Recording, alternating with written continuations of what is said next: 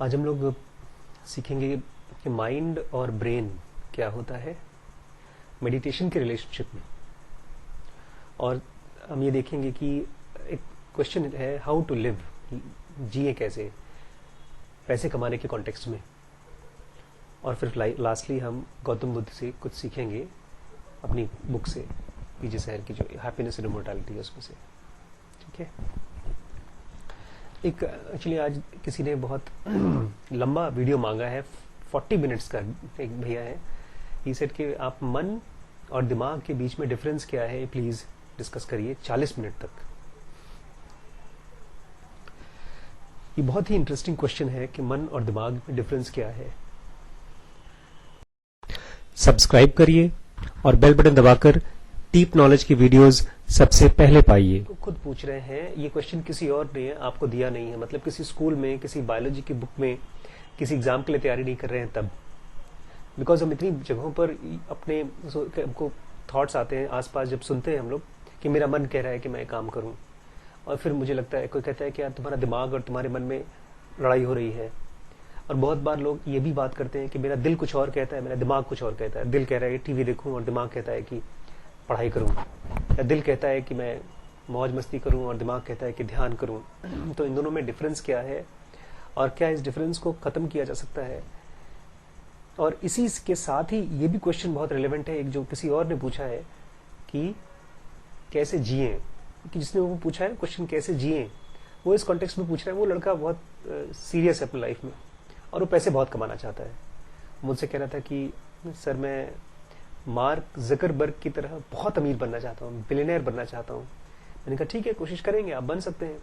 तो उन्होंने कहा कि नहीं, मैं बहुत जल्दी बिलियनर बनना चाहता हूँ, जितनी जल्दी जकरबर्ग बने उतनी जल्दी। मैंने कहा वो तो थोड़ा मुश्किल है, बिकॉज मैं तो खुद बहुत जल्दी बिलियनर बना नहीं हूँ, तो मैं इसके बारे में नहीं बात कर सकता। But then suddenly he said कि बट सर एक बात बताइए कि क्या पैसे कमाना ही जिंदगी है या कुछ और भी चीज है जिंदगी में।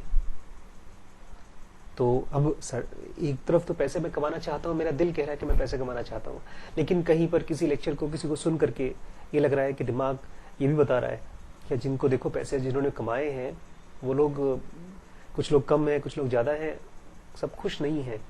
तो क्या मैं भी खुश रहूंगा? इच्छा तो करती है, दिल तो है कि मैं पैसे कमाऊं, लेकिन दिमाग ये कह रहा है कि क्या पता कोई और टाइप की जिंदगी है जिसको मैं मिस कर जाऊं, कोई मेडिटेशन की जिंदगी, कोई ध्यान की जिंदगी। तो जब मैं इस चीज को सुना तो मैं इसका आंसर कैसे दूं सोच रहा था मैं।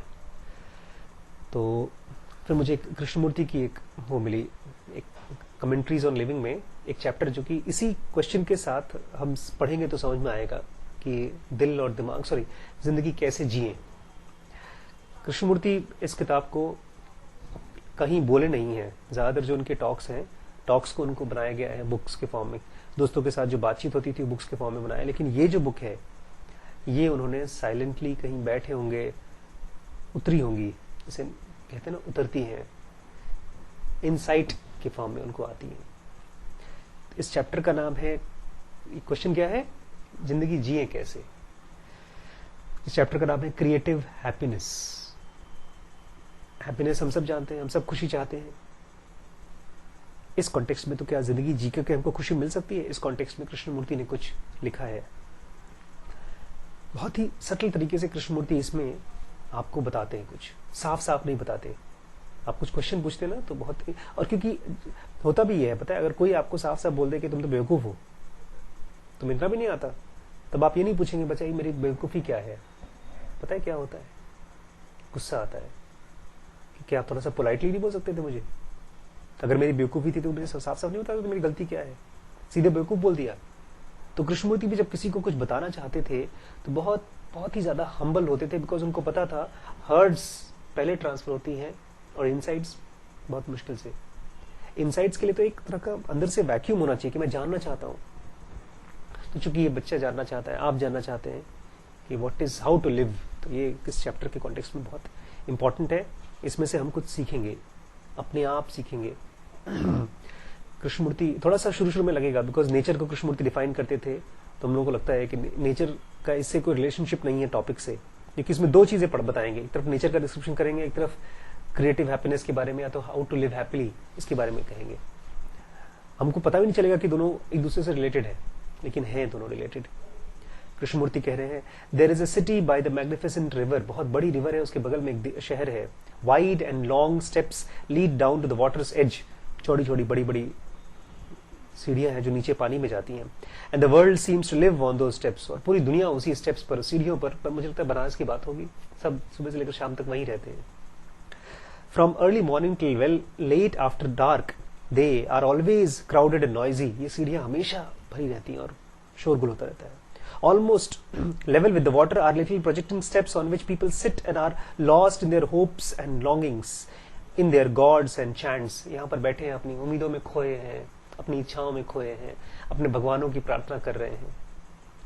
The temple bells are ringing and muezzin is calling. Muezzin जानते हैं क्या होता है? मंदिर की घंटियां बज रही हैं. And muezzin का मतलब जानते हैं? अजान भी दिए जा रहे हैं साथ ही साथ. Someone is singing and a huge crowd is gathered listening to the appreciative with silence. कोई गा रहा है और उसको कुछ लोग बैठ करके ध्यान से खुशी खुशी उसको अप्रिशिएट करते हुए सुन रहे हैं. इस सब के दूर कहीं पर, beyond all this, round the bend and higher up the river, ऊपर जाकर के कहीं, there is a pile of building, ढेर सारी बिल्डिंगें हैं. पाइल ऑफ बिल्डिंग एक दूसरे के ऊपर चढ़ी हुई है. विथ देयर एवेन्यूज, वो जो उनके रोड जो है, ऑफ ट्रीज, बगल बगल में जहां पेड़ वेड़ हैं. And the wide roads they stretch several miles inlands, खूब उसकी रोडें खूब दूर दूर तक जाती रहती हैं. And along the river, although through the narrow and dirty lane one enters into the sacred field of learning. देखिए जोड़ दिया नेचर को कृष्णमूर्ति ने अपने दिमाग के साथ जोड़ दिया, अपने लर्निंग के साथ. बोलते हैं और फिर एक गली में से गए और कहां पर घुसे, नदी के बगल में से एक गली गई जो कि गंदी थी, एक डर्टी लेन थी, नैरो थी, सकरी लेन, और उसमें से one enters into the scattered field of learning. Learning, field of learning क्या होता है? फील्ड तो खेत होते हैं, लेकिन कृष्णमूर्ति बोल रहे हैं कि आसपास कुछ उन्होंने सीखा होगा, तुरंत उनको मिला होगा, तो उसी को बोल रहे हैं scattered field of learning. Krishnamurti का स्कूल है बनारस में, और वहां पर मुझे लगता है उनको रोज ये प्रॉब्लम आती होगी एजुकेशन से रिलेटेड, तो उसके बारे में कुछ कह रहे हैं. ऑलमोस्ट कंप्लेन भी कर रहे हैं, बट बहुत कंप्लेन इसलिए नहीं कर रहे हैं क्योंकि वो दुखी हैं, कंप्लेन इसलिए कर रहे हैं क्योंकि वो चाहते हैं कि उनके टीचर्स कभी ये पढ़ें, या कहीं के भी टीचर्स इसको पढ़े, या किसी भी माँ बाप पढ़े, कोई बच्चा भी पढ़े और बड़ा होकर टीचर बने, वो कुछ समझे इससे. द टीचर्स आर पॉम्पस, जो टीचर्स होते हैं बड़े घमंडी होते हैं. Interviewing for better positions and salaries, हमेशा साजिश करते रहते हैं. इंटरव्यूइंग मतलब एक दूसरे को पीछे दबाना, खुद आगे बढ़ना, किस लिए? अच्छी सैलरी मिले और आगे बड़ी पोजीशन मिले. No one seems to be greatly concerned with what happened to the students after they leave. और कोई इस बात के बारे में सोचता नहीं है कि जब बच्चे स्कूल छोड़कर जाएंगे, स्कूल की जब पढ़ाई पूरी हो जाएगी, उनकी 12th हो जाएगी, कॉलेज जाएंगे, कॉलेज की पढ़ाई पूरी हो जाएगी, उसके बाद उन बच्चों का क्या होगा? कहां कोई टीचर कंसर्न है? आपको देखा नहीं पिछले हफ्ते 10th के 2 बच्चे मर गए बेचारे, सुसाइड कर लिया स्कूल में पढ़ते पढ़ते. लकीली पता है पिछले कहते हैं 80-90 साल में कभी इस तरह की कोई दुर्घटना फाउंडेशन में नहीं हुई है. दिस इज कृष्णमूर्ति फाउंडेशन में. बस टीचर ये पढ़ाकर, the teachers impart certain knowledge and techniques which the clever ones quickly absorb. Teacher पढ़ाते रहते हैं, कुछ टेक्निक पढ़ाते हैं और कुछ नॉलेज पढ़ा देते हैं, कुछ जानकारी दे देते हैं. जो तेज बच्चे हैं उसको तो पकड़ लेते हैं. एंड व्हेन दे ग्रेजुएट और जब वो ग्रेजुएट होते हैं बस दैट्स इट, और कुछ नहीं बता पाते teachers. The teachers have assured jobs, उनके पास तो पक्की नौकरी है. They have families and security, उनके पास अपना परिवार है, उनके पास सिक्योरिटी भी है, मतलब हर महीने उनको सैलरी मिलेगी. But when the students leave they have to face the turmoil and insecurities of life. लेकिन जब बच्चे बाहर निकलेंगे तब उनको टर्मोइल, बहुत सी परेशानियां झेलनी पड़ेंगी. और जिंदगी की इनसिक्योरिटीज, कौन सी इनसिक्योरिटीज होती हैं जिंदगी की? हमारे माँ बाप बताते हैं ना, जब जॉब पा जाओगे तो सब ठीक हो जाएगा, लेकिन ऐसा होता नहीं है. किसी भी दिन आपको नौकरी से छीन लिया जाता है, वो भी इनसिक्योरिटी है. मौत इनसिक्योरिटी है, बीमारी इनसिक्योरिटी है, वो सब बच्चों को झेलना पड़ेगा. There are such buildings, such teachers and students all over the land. और ये खाली उनके स्कूल की बात नहीं, पूरी दुनिया में ऐसे ही है. इस तरह की बिल्डिंग, लैंड वगैरह में बच्चे भी ऐसे ही हैं. Some students achieve fame and position in the world. कुछ बच्चे हैं जो फेमस हो जाते हैं, पैसा पा जाते हैं, अमीर हो जाते हैं, सक्सेसफुल हो जाते हैं, और बाकी का क्या होता है, दे ब्रीड, स्ट्रगल एंड डाई। जैसे इकरार को देखा है, मर मर के काम करता है, कारपेंटर जिसने काम किया है। इसलिए इस बार मैंने वो जब आरी चलाते हुए देखा तो मैंने पूछा, इकरार भाई तुम आरी कितने की आती है ऑटोमेटिक जो बिजली से चलती है? तो उन्होंने बताया 2-3 हज़ार रुपये की आती है। तो फिर इस बार हमने कहा ये मेरे लिए, मेरी तरफ से आरी गिफ्ट। तो उनको 2700 रुपये की आरी थी। वो भी बेचारा संकोच में था, लेने में भी बहुत संकोच कर रहा था। उसकी बॉडी को देखा है कैसे मांस बिल्कुल खत्म है नहीं। बाकी लोग क्या करते हैं, ब्रीड करते हैं, बच्चे पैदा करते रहते हैं, स्ट्रगल करते रहते हैं और मर जाते हैं। द स्टेट मतलब जो देश है, जो गवर्नमेंट है, जिसमें बड़े बड़े लोग हैं, उसमें वो क्या चाहते हैं, they want state wants competent technicians.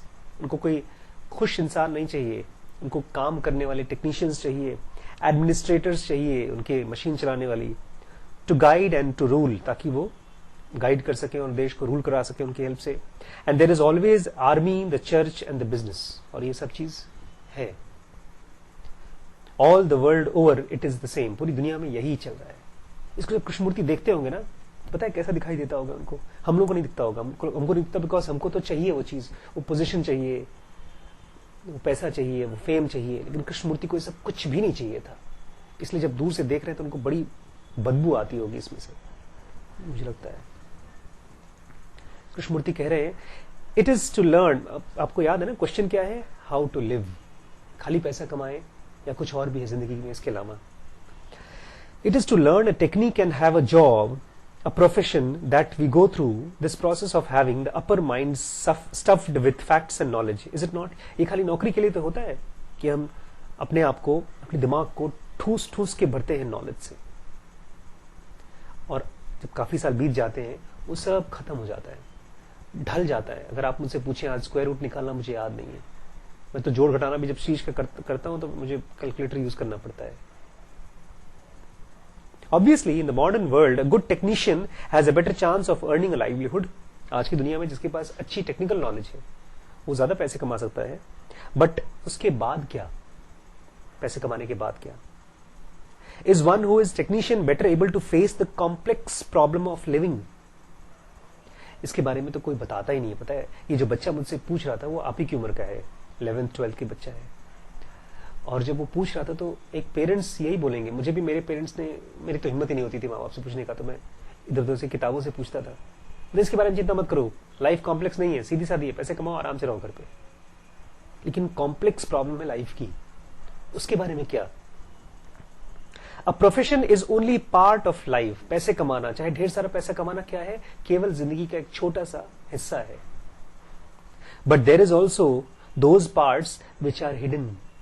कुछ और भी हिस्से हैं जो छुपे हुए हैं, सटल, सूक्ष्म है, जिसको आजकल लोग पीछे शहर की किताब में खोज रहे हैं। एंड मिस्टीरियस, रहस्य वाली दुनिया, हैरी पॉटर की दुनिया हमारे यहां भी है, इस दुनिया में भी है।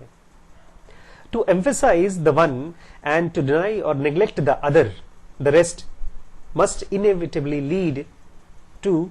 तो बहुत खास वर्ड यूज किए हैं। अगर आप खाली एक को बोलते हो, बच्चों को बोलते हो कि खाली नौकरी करो, पैसे कमाओ और बाकी चिंता मत करो, मतलब एक को एम्फेसाइज कर दिया, और बाकी ध्यान, meditation, deeper layers of life and God, ये सब चीजों में जिसका इंटरेस्ट चाह रहा है, ये भी तो दुनिया, इसी दुनिया का हिस्सा है। अगर इसके बारे में बच्चों को नहीं आप अवगत कराते हैं, इसके बारे में बच्चों को आप नहीं तैयार कराते हैं, तो पता है क्या होगा? उसकी वजह से दो चीजें होंगी कृष्णमूर्ति के हिसाब से। बड़े अच्छे वर्ड हैं। एक तो होगा very lopsided and disintegrated activities. Lopsided का मतलब होता है हाँ, मतलब टॉम टॉम टॉम गिरते रहेंगे आप। जैसे असंतुलित, साइकिल चल रही है, धड़ाम से गिर गए एक तरफ, जब बैलेंस होता है, और रोज होता है ये। कभी हम वाइफ से लड़ाई करते समय धड़ाम से गिरते हैं, कभी नौकरी में धड़ाम से गिरते हैं, कभी कुछ मेंटली हम धड़ाम गिरते हैं, रियल लाइफ में नहीं, बट गिरते तो हैं। और डिसइंटीग्रेटेड एक्टिविटी होती है, कभी कुछ कर लिया, कभी कुछ कर लिया, लेकिन इन सब का आपस में एक दूसरे के साथ कोई जोड़ नहीं दिखाई देता। This is precisely what is taking place in the world today, और यही हो रहा है दुनिया में, विथ एवर माउंटिंग कॉन्फ्लिक्ट। और रोज कॉन्फ्लिक्ट बढ़ते जा रहा है। इसकी वजह से कॉन्फ्लिक्ट मतलब अंदर में, माइंड के अंदर लड़ाई, द्वेष, conflict, confusion and misery. Confusion भी पैदा हो रहा है कि क्या करें कैसे न करें, क्योंकि माँ बाप खुद भी कंफ्यूज्ड है और दुख आता है इससे। Of course there are a few exceptions, कुछ लोग हैं इन्हीं में से, द क्रिएटिव, जो लोग खुद क्रिएटिव हैं, द हैप्पी, जो लोग खुश हैं जिंदगी, and those who are in touch with something that is not man made, और वो लोग किसी ऐसी चीज को टच कर चुके हैं जिसको इंसान ने नहीं बनाया। Not man made, not man made मतलब जो दुनिया में है वो सब तो मर जाएगा, सब खत्म हो जाएगा, लेकिन कोई ऐसी चीज है जिसको हम बनाते ही नहीं है। पेड़ पौधों की भी खाली बात नहीं हो रही है, किसी और चीज की बात हो रही है, उसी से हैप्पीनेस आती है। Who are not dependent on the things of the mind, और कुछ लोग ऐसे हैं जो बुद्ध हैं, नानक हैं, कृष्णमूर्ति हैं, ये लोग इस माइंड पर डिपेंडेंट नहीं है, उनको थॉट से नहीं पूछना पड़ता कि मुझे क्या करना चाहिए क्या नहीं करना चाहिए। You and I have intrinsically capacity to be happy. अब कृष्णमूर्ति उन बच्चों से बात कर रहे हैं जो बच्चे सीरियसली पूछ रहे हैं कि क्या सर हम जिंदगी को जी सकते हैं अच्छे से ताकि हम खुश रह सकें, बिकॉज खाली कमा कमा के हमने तो देखा नहीं किसी को खुश होते हुए। तो कृष्णमूर्ति उनसे बात कर रहे हैं, हाँ हमारे अंदर, सबके अंदर कैपेसिटी है। कोई पूछता है कि सर क्या मैं भी एनलाइटेंड हो सकता हूँ, तो उसी को कह रहे हैं, हाँ हमारे अंदर कैपेसिटी है खुश होने की, टू बी क्रिएटिव, ताकि हम क्रिएट कर सकें कुछ, to be in touch with something that is beyond clutches of time, एक ऐसी दुनिया के बियॉन्ड जहां पर टाइम नहीं टच कर सकता, जिसको समय मार नहीं सकता, समय छू नहीं सकता। इसका नाम दिया है कृष्णमूर्ति ने creative happiness. Creative happiness is not a gift reserved for the few, खाली कुछ लोगों के लिए रखा नहीं, इन्हीं को मिलेगा और किसी को नहीं मिलेगा। And why is it that the vast majority do not know that happiness, और ऐसा क्यों है कि ज्यादातर लोगों को पता ही नहीं इसके बारे में, इस हैप्पीनेस के बारे में। Why do some seem to keep in touch with the profound in spite of the circumstances and accidents? ऐसा क्यों होता है कि जिंदगी कितनी भी मुश्किल हो फिर भी कुछ लोग तो पा जाते हैं उनको। जैसे कृष्णमूर्ति के लिए लाइफ बहुत आसान नहीं थी, बचपन में उनको कितना टॉर्चर था, घर से माँ बाप से छीन लिया गया, माँ मर गई, फिर उनको उठाया गया, ले जाया गया, वहां पर रखा गया, छुपाया गया, कुछ कुछ पता नहीं क्या क्या चीजें चली। बाद में थियोसॉफिकल सोसाइटी को भी उन्होंने छोड़ दिया। तो कुछ लोग टर्मोइल और परेशानी के साथ साथ भी, इन सब मुश्किलों के बावजूद कुछ लोग हैं जो उस टाइमलेस चीज को टच कर पाते हैं। वाइल अदर्स आर डिस्ट्रॉयड, और बाकी जो होते बेचारे मर जाते हैं, जैसे वो बच्चे डिस्ट्रॉय हो गए, उन्होंने सुसाइड कर लिया बाय देम, मुश्किलों से। वाई आर सम रेजिलियंट, ऐसा क्यों है कि कुछ बच्चे बहुत लचीले हैं कि परेशानी उनको परेशान नहीं कर पाती, प्लायबल, मोल्डेबल है, बहुत कुछ दिक्कत नहीं कर पाती कोई चीज। While others remain unyielding and are destroyed, और बाकी जो बेचारे हैं वो बदल नहीं पाते अपने आप को और डिस्ट्रॉय हो जाते हैं। इन स्पाइट ऑफ नॉलेज, ये सब ज्ञान के बावजूद, सम कीप, ये आंसर दे रहे हैं इस क्वेश्चन का, क्यों, जो पूछा ना क्यों, उसका आंसर दे रहे हैं। क्योंकि कुछ लोग हैं जो अपने दरवाजे खोल के रखते हैं। In spite of this, some keep the door open to that which no person and no book can offer.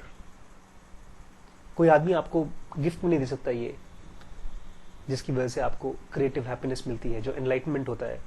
कोई इंसान और कोई किताब आपको गिफ्ट में नहीं दे सकता ये चीज। लेकिन यहां पर मैं एक चीज बताना चाहता हूं, किताब या पर्सन गिफ्ट में नहीं दे सकता, लेकिन क्यूरियोसिटी दे सकता है आपको।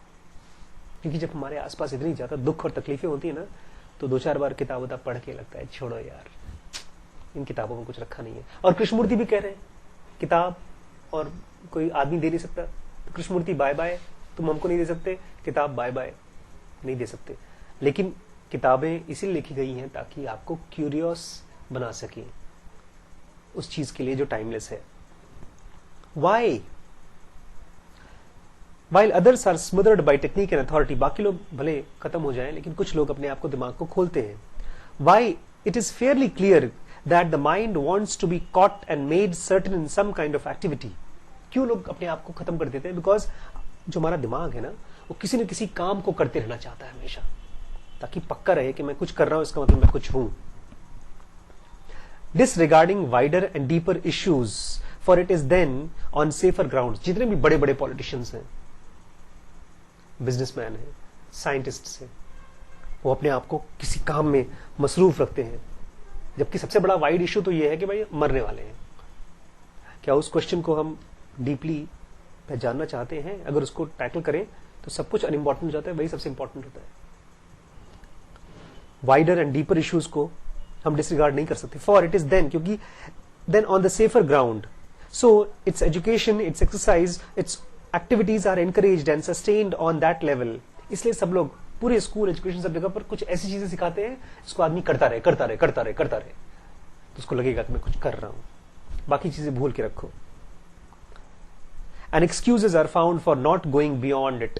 फिर हम लोग एक्सक्यूज देते हैं, अरे सर पता है बच्चे हैं मेरे, इसलिए मैं इसलिए डेथ के वक्त के बारे में सोच नहीं रहा हूं। सर मेरी बिजनेस कंपनी डूब जाएगी, मेरा प्रॉफिट खत्म हो जाएगा। सर एक भैया बता रहे थे कि सर मैंने एक नया ठेका ले लिया है गवर्नमेंट से, मेरा काम सब्जी का ठेका था, अब मैंने दही का भी ठेका ले लिया, दही वाला काम नहीं कर रहा है प्रॉपर्ली, इसलिए मैं अपनी स्पिरिचुअल बुक्स नहीं पढ़ पा रहा हूं। तो ये अगर सब्जी और दही का ठेका मुझे डेथ से को स्टडी करने से रोक रहा है, तो सब्जी और दही को बेच दें, साइड कर दें।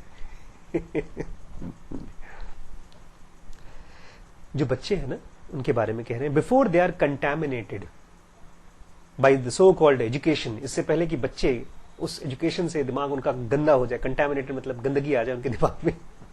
Many children are in touch with unknown, बहुत से बच्चे ऐसे हैं जो अननोन के टच में होते हैं। शीश मुझे 4-5 दिन से बार बार यही बोलता है, पता नहीं मुझे खुश करने के लिए बोलता है, बोलते पापा मुझे अजीब सा महसूस होता है, जैसे कृष्णमूर्ति को होता था वैसा, कि मैं नहीं हूं।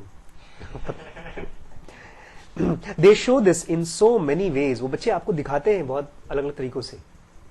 उस दिन हम लोग गए थे पार्टी में, तो एक बच्ची को उसकी माँ डांटती है, बच्ची बोलती है मुझे आसपास लोग दिखाई देते हैं मम्मी वहां पर। अब हो सकता है झूठ बोलती है, हो सकता है सच बोलती है, बट उसकी माँ बोलती चुप रहो, तो डर जाती है बेचारी, उसको लगता है कहीं भूत भूत ना हो। They show this in so many ways but environment soon begins to close around them, लेकिन आसपास धीमे धीमे एनवायरमेंट फिर बंद होने लगता है उनको। And after certain age they lose the light, और फिर उनके अंदर से जो देखने की लाइट थी वो खत्म हो जाती है, बस यही पेड़ पौधा दिखता है, आदमी दिखते हैं, बिल्डिंग दिखती है, लेकिन वो एनर्जीज दिखती नहीं जो आसपास में है। That beauty which is not found in any book or school, उसको देखने की जो लाइट थी वो खत्म हो जाती है। क्यों? Do not say that life is too much for them, ये मत कहो कि जिंदगी बड़े, सर ऐसा बच्चों को मत सिखाओ, जिंदगी बड़ी मुश्किल है बच्चों के लिए, आज उनको नहीं, आज भविष्य में बहुत कुछ झेलना पड़ेगा, ऐसा मत कहो। That they have to face hard realities, कि उनको जिंदगी में खूब बड़ी गंदी गंदी चीजें झेलनी है अभी। That is their karma, ये मत कहो कि सर इस बच्चे को झेलना पड़ेगा, यही इसका कर्म है, भोगेगा ये, मैथ्स में फेल हुआ है तो मार पड़ेगी इसको, ऐसा मत कहो। That it is their father sin, उसके बाप का पाप है, इसकी वजह से झेल रहा है, ऐसा मत कहो। दिस इज ऑल नॉनसेंस, ये सब बकवास है। Creative happiness is for all, ये सबके लिए है, एंड नॉट फॉर फ्यू, केवल कुछ लोगों के लिए, ऐसा नहीं कुछ लोगों के लिए है। Creative happiness has no value in the market, यही प्रॉब्लम है। अगर एक बच्चा एनलाइटन हो जाए तो वो मार्केट में बेचेगा थोड़ी अपने आप को, जाके अपने आप को 8 घंटे के लिए अल्ट्रासाउंड कराएगा, वो अल्ट्रासाउंड करके पैसा कमाएगा। It is not a commodity to be sold, ये कोई सामान नहीं है कि उसको तुम बेच सकते हो, कोई टैलेंट नहीं है जिसको तुम किसी और को दे सकते हो। टू द हाइएस्ट बिडर, सबसे ज्यादा बिड कर रहा है उसको मैं दे दूं। But it is one thing that can be for all, लेकिन ये एक ऐसी चीज है जो सबके लिए अवेलेबल है, क्रिएटिव हैप्पीनेस, जो कृष्णमूर्ति खुद थे जिसमें। इज क्रिएटिव हैप्पीनेस रियलाइजेबल, किसी ने पूछा होगा शायद उनसे, क्या सचमुच में इसको एहसास कर सकते हैं हम लोग, जी सकते हैं इसको, रियलाइज कर सकते हैं हमेशा हमेशा के लिए? That is, can the mind keep in touch with that which is the source of all happiness, source of all happiness unknown, उसको क्या हम टच कर सकते हैं इसी जिंदगी से? Can this openness B sustained in spite of knowledge and technique, ये सब चीज जानकारी के बावजूद क्या हम उसको टच कर सकते हैं? In spite of education and crowding of life, इतनी पढ़ाई है जिंदगी में, सब कुछ भरा हुआ है, फिर भी हम उसको छू सकते हैं? इट कैन बी, हाँ बिल्कुल छू सकते हैं, बट ओनली कब? When the educator is educated by the reality, जब टीचर्स खुद इसके बारे में एजुकेटेड होंगे। लेकिन आप ऐसा मत कहिएगा सर मैं नहीं हूं बिकॉज मेरे टीचर्स एजुकेटेड, मैं तो भाई आपसे बात कर रहा हूँ, सीधी सीधी बात है। और मेरे टीचर हैं कृष्णमूर्ति हैं, जो लोग भी हैं। A good student finds his own teacher only when he who teaches is himself in touch with the source of creative happiness. School के बारे में बात कर रहे हैं शायद। जब टीचर खुद क्रिएटिव हैप्पीनेस को टच कर पाएंगे तो बच्चों को भी दे पाएंगे। So our problem is not pupil, बच्चे हमारे प्रॉब्लम नहीं है, but the child, but the child's teacher, बच्चे का टीचर और parents. Education is a vicious circle only when we do not see the importance, the essential necessity above all else of this supreme happiness. Education भार बन जाता है, बोझ बन जाता है, अगर स्कूल्स और टीचर्स इस चीज को समझेंगे नहीं कि सबसे ज्यादा इंपॉर्टेंट क्या है, क्रिएटिव हैप्पीनेस। मेरे हिसाब से वो एनलाइटमेंट एक ही चीज है। After all, to be open to the source of all happiness is the highest religion, क्योंकि यही तो सबसे बड़ा रिलीजन है। But to realize this happiness, you must give right attention to it, as you do to the business. जैसे तुम अपने business को ध्यान देते हो, ऐसे ही इसको भी तुम्हें ध्यान देना पड़ेगा। The teacher's profession is not mere routine job, but the expression of beauty and joy. Teacher का खाली काम ये नहीं क्या है और पढ़ा के अपना काम करके चले गए, लेकिन उस ब्यूटी को टच करना और उस बच्चों को टच करवा पाना, ये भी उनका काम है। Which cannot be measured in terms of achievements and success. और उसको तुम एग्जाम नहीं ले सकते बच्चे से कि भैया बताओ पूर्व कितने अच्छे से देखा तुमने, सनशाइन देखा तुमने, 10 में से नंबर दो, ऐसा नहीं कर सकते तुम। The light of the reality and its bliss are destroyed when the mind, which is the seat of the self, ये जो माइंड है जहां पर हमारा ईगो बैठता है, जिसकी वजह से हम चीजें देख नहीं पाते, वो डिस्ट्रॉय कर देता है। अज्यूम्स कंट्रोल, जब वो कंट्रोल होता है, बॉस होता है, तब सब कुछ डिस्ट्रॉय हो जाता है। Self knowledge is the beginning of wisdom. जब अपने बारे में हम जानना शुरू करते हैं, तब आपके अंदर में ज्ञान का शुरुआत होता है। Without self knowledge learning leads to ignorance, strife and sorrow. और अगर ऐसा नहीं है, खुद के बारे में नहीं जानते, तो कितनी भी किताब पढ़ लो, दुखी रहोगे। अब खुद हम क्या है, इसने वो बच्चे ने पूछा ना कि sir what is mind and what is brain, दिमाग और मन क्या है। बहुत सालों तक मैंने इसको झेला है, इस सवाल को। ये सवाल मुझे पता ही नहीं था कि क्या है। इस किसी बच्चे ने तो पूछ लिया तो मुझे तो पता ही नहीं था। खाली मुझे लगता था कि एक हार्ट है, दिल कुछ करता है, और दूसरा दिमाग जो सोचता है। लेकिन पहली बार जब जेनियोका आई तो उसने मुझे डिफाइन करके इसका आंसर दिया, what is mind and what is brain. Brain तो ये खोपड़ी है, ठीक है, जिसके अंदर काटेंगे तो हाथ में आ जाएगा। उसके अंदर में ढेर सारी न्यूरॉन्स हैं, बिजली के तार जैसे हैं, और उन न्यूरॉन्स में बिजली दौड़ती है, और थॉट्स उसी न्यूरॉन्स में से बिजली के दौड़ने की वजह से पैदा होते हैं। लेकिन ये थॉट्स, सारे के सारे थॉट्स एक ही टाइप के होते भी नहीं है, अलग अलग टाइप के थॉट्स होते हैं। जैसे मैं सर जानना चाहता हूं कि ट्रूथ क्या है, गॉड क्या है, ये एक थॉट है। अरे सर अगर आपने मुझे नहीं बताया ना ट्रूथ क्या है तो बहुत पीटूंगा। जो सेकंड वाला थॉट है वो भी तो जानना ही चाहता है ना, लेकिन वो पीटेगा, तो ये अलग टाइप का थॉट है। अरे सर भाड़ में जाए, बताइए चाहे मत बताइए, ये भी एक थॉट है, लेकिन ये एकदम अलग टाइप का थॉट है। ये जो माइंड है, इसमें सारे के सारे थॉट्स एक ही टाइप के नहीं होते, और इसीलिए कंफ्यूजन होता है, क्योंकि ये सारे के सारे थॉट्स हमको लगता है हमारे ही अंदर से आ रहे हैं। जब हम मायूस होते हैं तो दुनिया हमको लगता है कि कुछ भी मुमकिन नहीं है, और ये किसका थॉट है, हमारा ही थॉट है। आज मैंने एक बड़ी नई चीज सीखी, आपको खोज रहा था कि मैं कैसे, बिकॉज आज जो मैं उसमें पढ़ूंगा ना, अपने पीजे सहर की किताब पढ़ेंगे, इमोर्टैलिटी एंड हैप्पीनेस, वो मैं पढ़ते उसमें ढेर सारे पुराने वर्ड्स आ गए जो हम सब भूल चुके हैं पूरी तरह से। साइलोजिस्टिक, एक्सियोमेटिक, ये सब वर्ड्स आ गए। साइलोजिस्टिक में बार बार कितनी बार पढ़ाया, साइलोजिस्टिक, साइलोजिज्म, कंफ्यूज होते रहते हैं बार बार। आज मैंने उसका एग्जाम्पल सोचा, साइलोजिस्टिक में आपको बताऊंगा। किसी भी चीज के बारे में जब आप सोचते हैं ना, तो साइलोजिस्टिक का मतलब होता है अगर तब। मुझे नहीं मालूम था कि मेरे मन में जो थॉट्स होते हैं सब अलग अलग टाइप के थॉट्स होते हैं। थॉट्स तो थॉट्स ही होते हैं, एक ही टाइप के होते हैं, नहीं। हमारे मन में कुछ थॉट्स होते हैं जो रैशनल होते हैं, तार्किक होते हैं, सही होते हैं, जो चीज जैसी है उसको वैसे ही दिखाते हैं, उनको बुद्धि वाले थॉट्स बोले जाते हैं, इंटेलिजेंस वाले थॉट्स बोले जाते हैं।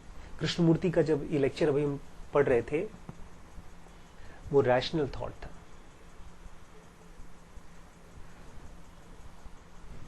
ये हमारे माइंड का एक खास हिस्सा इसको करता है।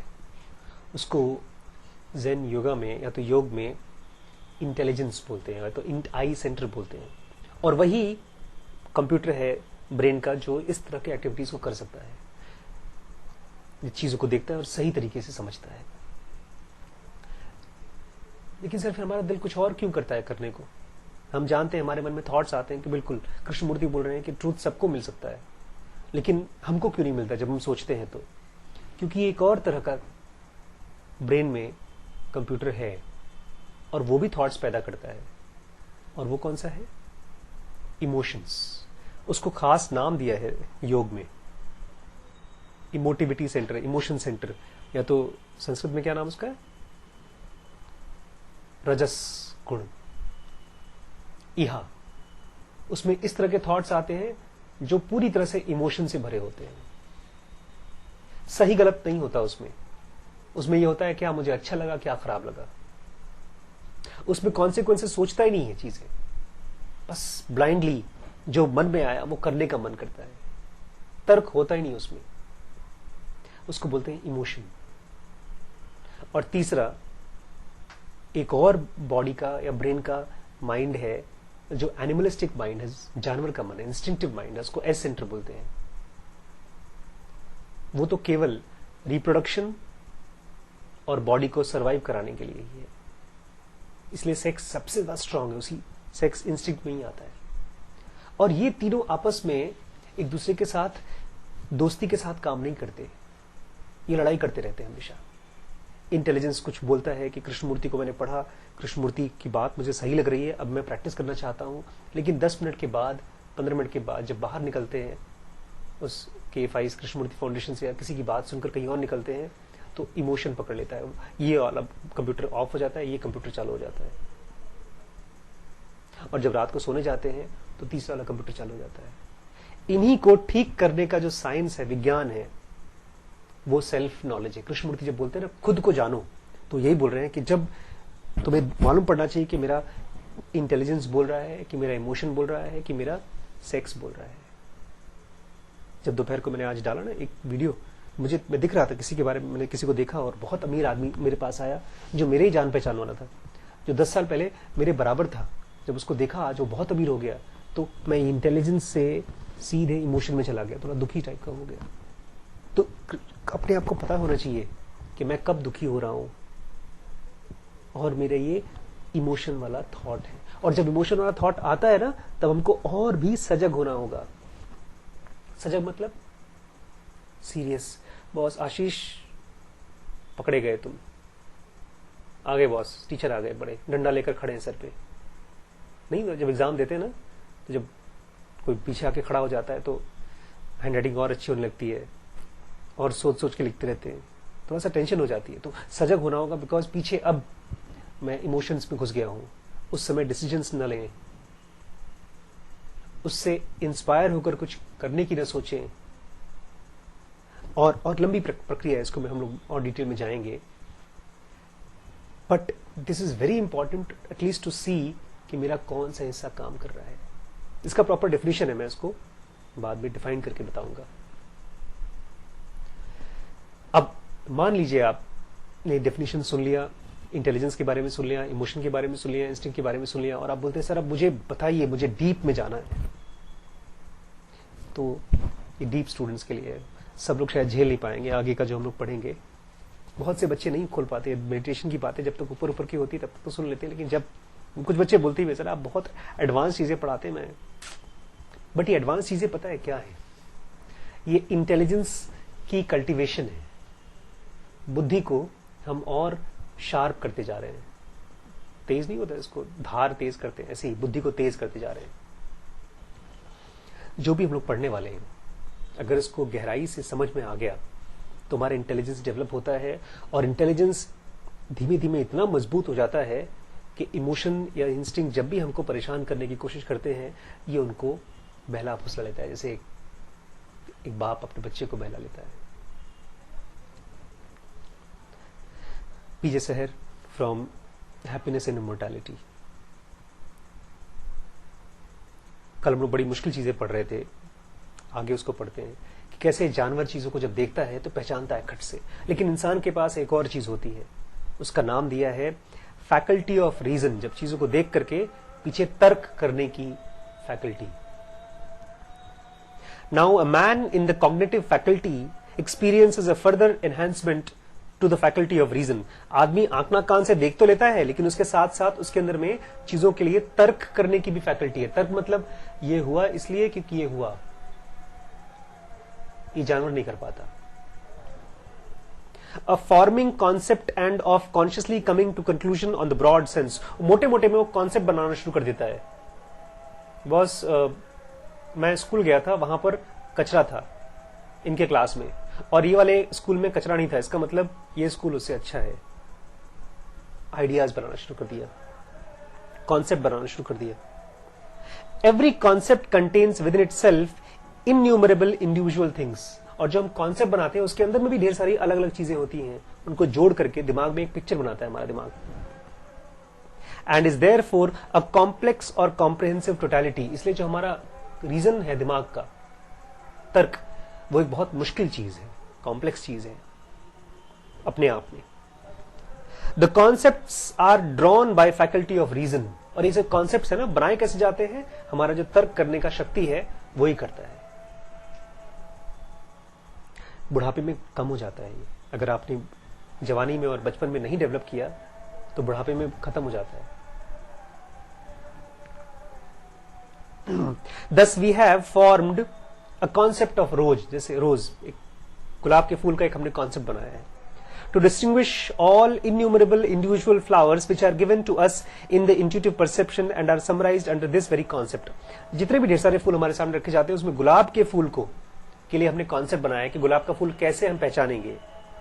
Thus we grasp with one concept innumerable individual things। हम लोग कॉन्सेप्ट बना करके अलग अलग चीजों को समझते हैं या पहचानने की कोशिश करते हैं।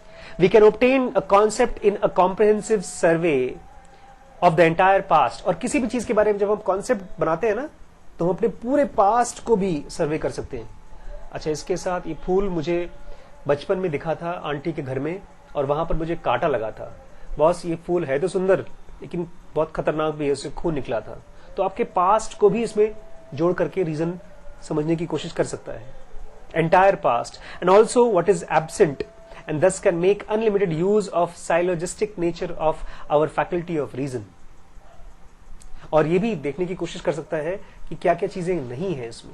ये गुलाब का फूल है और इसके अंदर में पीलापन नहीं है, और यहां आता है syllogistic nature of faculty of reason. आज अगर साइलोजिस्टिक नेचर समझ लें तो बहुत बड़ा काम हो जाएगा हमारा। मैं अपना फोन है ना, टेलीफोन, मेरा स्मार्टफोन है, एज यूजुअल हमेशा फटाफट खत्म हो जाता है ना, बैटरी बहुत फटाफट खत्म होती है। उसको मैं लाता हूँ, फटाफट चार्जिंग पे लगा देता हूँ, जो मेरी समझ है उसे चार्ज। आज एक वीडियो आया, उसमें मुझे एक कार्टून में, मतलब वीडियो में आया कि किस तरह से बैटरी अंदर में आयंस और प्रोटॉन्स, कैथोड जो होते हैं ना, अंदर में आयंस होते हैं, प्रोटॉन्स होते हैं, एक ऐसे ट्रेवल करती है जिसकी वजह से हमारी बैटरी खत्म होती है। और हमको क्या करना चाहिए ताकि बैटरी बहुत दिनों तक चले। नॉर्मली बैटरी चलनी चाहिए कम से कम 2 या 3 साल, लेकिन जो नॉर्मल आदमी की बैटरी होती है साल तक चलती है, उसके बाद खराब हो जाती है। उसने बहुत गहराई से दिखाया था कि कैसे माइनस आयरन्स चलते हैं लिथियम के उधर से, फिर जब आप चार्ज करते हैं तो प्लस आयरन वापस होते हैं वहां से, और अगर आप फटाफट चार्ज करते हैं तो ये पूरे के पूरे आयरन जाने और आने में हो नहीं पाता वो चीज। एक वीडियो देखा और मेरे को ये समझ में आ गया कि फटाफट चार्ज नहीं करना है मुझे। ये है साइलोजिस्टिक नेचर ऑफ रीजनिंग। अगर ये वीडियो नहीं देखा होता तो मुझे लगता कि वो गलत है। अगर तो, साइलोजिस्टिक मतलब अगर तो। आशीष बहुत अच्छा लड़का है, अगर ये बदमाशी न करे, अगर बदमाशी करेगा तो ये अच्छा लड़का नहीं है। नौकरी बहुत अच्छी है, अगर इसमें मुझे ढेर सारी नौकरी छुट्टियां मिलती हैं और पैसा मिलता है, तो अदरवाइज नहीं है। तो अगर और तो इसको इंग्लिश में साइलोजिस्टिक में बोलते हैं major premise and minor premise.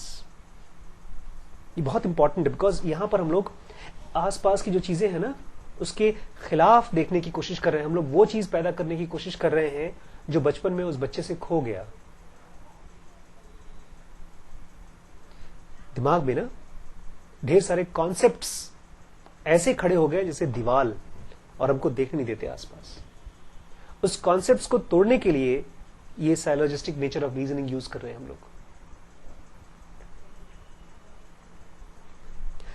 In particular for shaping our future, we now carry out the syllogisms in clear concepts and consciously in the form of major premise and minor premise and conclusion, since with them we can at the same time and at will clothe in syllogisms the activity of understanding which works unconsciously. ये दिमाग use करता है ढेर सारा, ये चीज ऐसी है क्योंकि ऐसा है, इसका पूरी का मतलब यही है। बिना सोचे समझे हम यूज करते हैं। Only now does truth becomes possible, खाली अब सत्य मुमकिन है। It in form it is always conscious judgement in concepts which as such rests on syllogism. जो ट्रूथ है, अभी देखिए जिसको कृष्णमूर्ति ट्रूथ की बात कर रहे हैं, हमने अभी पढ़ा, कृष्णमूर्ति बोल रहे हैं ना कि एक ऐसा क्रिएटिव हैप्पीनेस है, पॉसिबल है, जो एक बच्चा एक्सपीरियंस कर सकता है। अभी तो हमने एक्सपीरियंस किया नहीं है।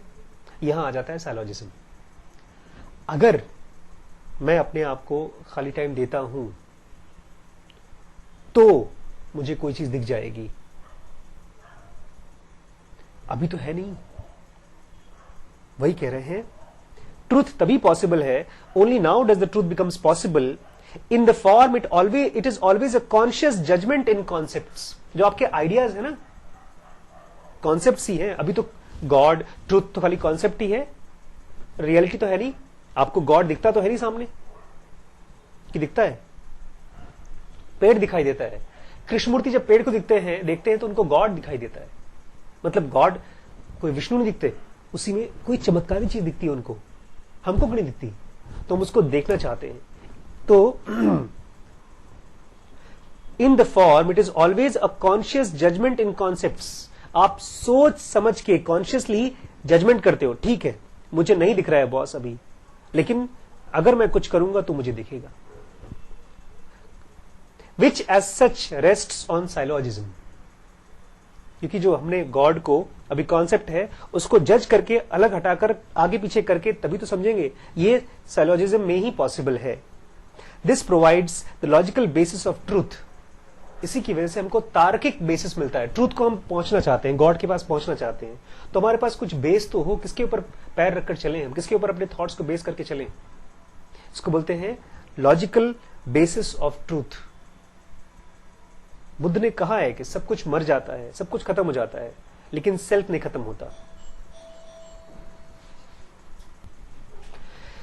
साइलॉजिज्म मतलब अपने विचारों को तैयार करना अगर और तो के लिए, और उसके बेसिस पे अपने आप को एक्सपेरिमेंट्स में डालना। आज मैंने कहा कि हमारे मन में एक होता है लॉजिकल थॉट्स और एक होता है इमोशनल थॉट्स। और अगर हम किसी प्रैक्टिसेस में जाएं, अगर हम कुछ करें, अपने आप को ऑब्जर्व करें, मैं कह रहा हूं कि अगर आप इस चीज को करते हो, मेडिटेशन करते हो या कुछ भी करने की कोशिश करते हो, अपने आप को ऑब्जर्व करने की कोशिश करते हो, तो आप अपने इमोशन वाले थॉट्स को पकड़ सकते हो। लेकिन अभी तो फिलहाल ये केवल अगर और तो ही तो है। लेकिन अगर और तो वाले तरीके से सोचने को बोलते हैं साइलॉजिज्म या साइलॉजिस्टिक थिंकिंग। आम आदमी इस तरह के फॉर्मूले में नहीं सोच पाता। एक बहुत गहरे टाइप की थिंकिंग है ये।